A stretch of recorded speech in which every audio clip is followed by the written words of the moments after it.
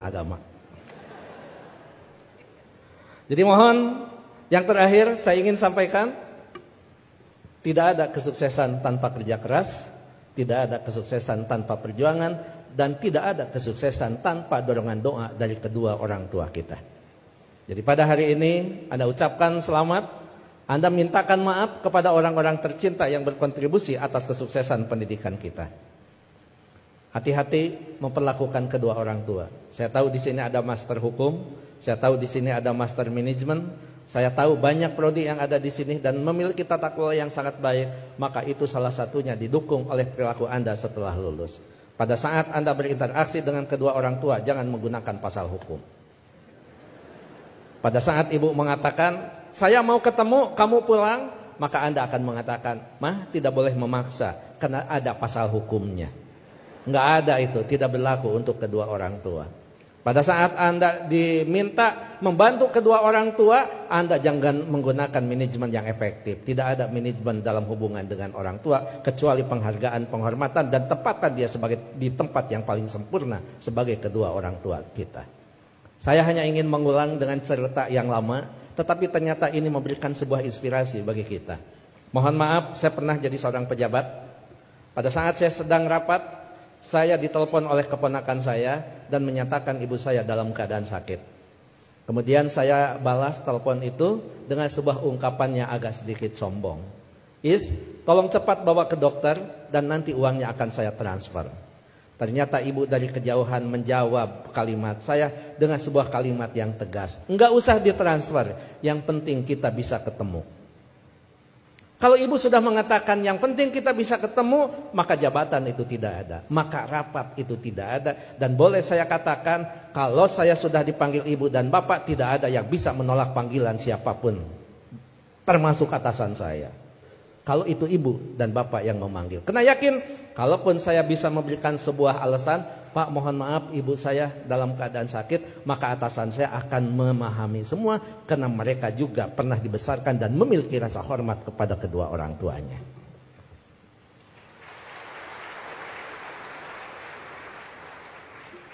Pukul 8:30 malam saya pulang, dan saya sama seperti Anda, mungkin saya lebih kampung daripada Anda yang hari ini di wisuda. Saya tidak dilahirkan di tengah kota, saya dilahirkan di kaki Gunung Papandayan yang sekarang terkenal dengan tempat wisata Kawah Papandayan. 3 jam saya sampai di rumah, 11:30 saya sampai di rumah. Ternyata ibu dalam keadaan segar bugar, tetapi saya tidak menunjukkan perasaan suudon kepada ibu. Kenapa? Ternyata di situ ada hikmah. Bagi seorang ibu dan bapak dalam keadaan sakit, kemudian dia menunggu anaknya terkasih dan tersayang, maka pada saat dia bertemu, maka kehadirannya lebih mujarab daripada obat yang diberikan oleh seorang dokter. Catat itu. Ibu tidak hanya menunjukkan segar dan bugar, tapi ibu juga tetap memperhatikan kesukaan makanan anaknya. Saya dimasakkan sayur kacang merah, saya digorengkan asin peda, saya dibuatkan sambal terasi, dan saya juga dibakarkan pete. 11:30 malam, coba bayangkan ada sayur kacang merah, nasi putih, bakar pete, dan belum peda ditambah sambal terasi. Boleh dibayangkan setelah wisuda.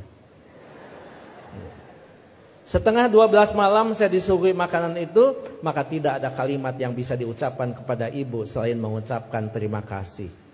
Padahal saya tidak biasa makan malam, kecuali makan nasi di waktu malam. Ya saya makan. Saya tidak pernah mengatakan, "Amah, ngapain masak? Kan kata dokter paling tidak 3 jam sebelum tidur kita boleh makan." Ini mau tidur 11:30, ngapain masak?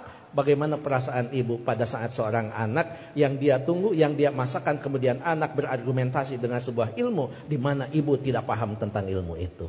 Menyakitkan. Iya, saya makan dan saya berdoa mudah-mudahan ini jadi obat. Begitu saya lirik dari sudut mata saya, ibu kelihatan bahagia. Kenapa? Makanan yang dia pasak itu betul-betul dimakan oleh anaknya. Begitu selesai makan, saya mengatakan kepada ibu, "Amah, mohon maaf, ini makanan sangat enak, terima kasih. tapi mohon maaf besok tidak akan pulang siang karena ada pekerjaan yang tersisa.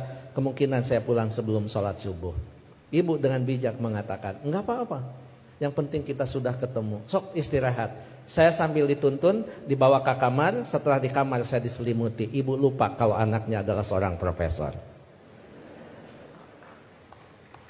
Ayo tepuk tangan.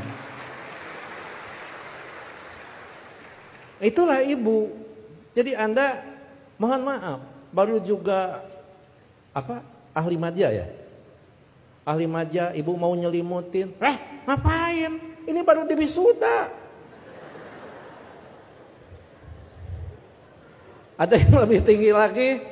Masa mah disimutin? Ini tekan sarjana. Nggak ada di depan orang tua itu. Jangankan ahli madya, sarjana, master, doktor, seorang profesor di hadapan ibu, di hadapan bapak, tetap kita adalah seorang anak yang perlu menghormati mereka.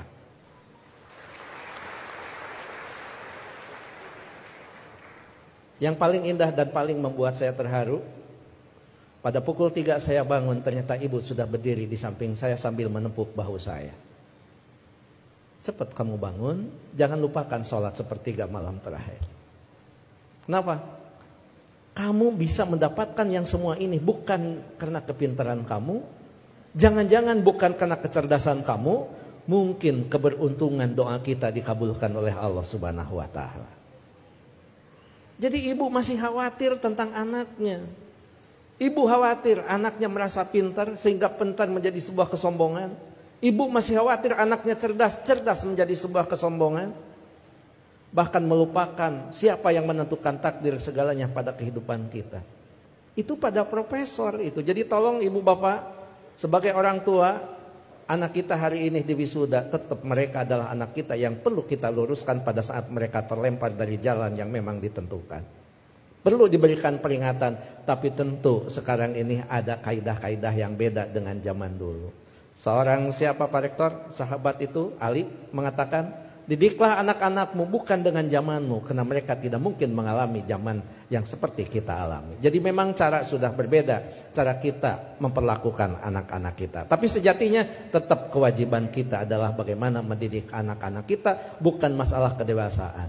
Tapi masalahnya sampai nyawa berpisah dengan badan, itu tetap menjadi kewajiban kita sebagai kedua orang tua. Begitu saya sudah selesai sholat, kemudian di situ saya bisa mendapatkan sebuah hikmah. Memang orang tua kita adalah punya kecerdasan yang luar biasa. Padahal ibu saya bukan profesor, ibu saya tidak lulus SMA, ibu saya juga tidak lulus SD. Beliau hanya lulusan sekolah raya. Tapi apa? Dalam sebuah komunikasi waktu itu saya katakan, "Ama, sekarang saya pergi, mohon pamit." Ibu masih bertanya, "Kamu nanti sholat di mana?" Saya jawab, "Nanti sholat di jalan." Ibu langsung mengkritisi kalimat saya, "Jangan suka sholat di jalan."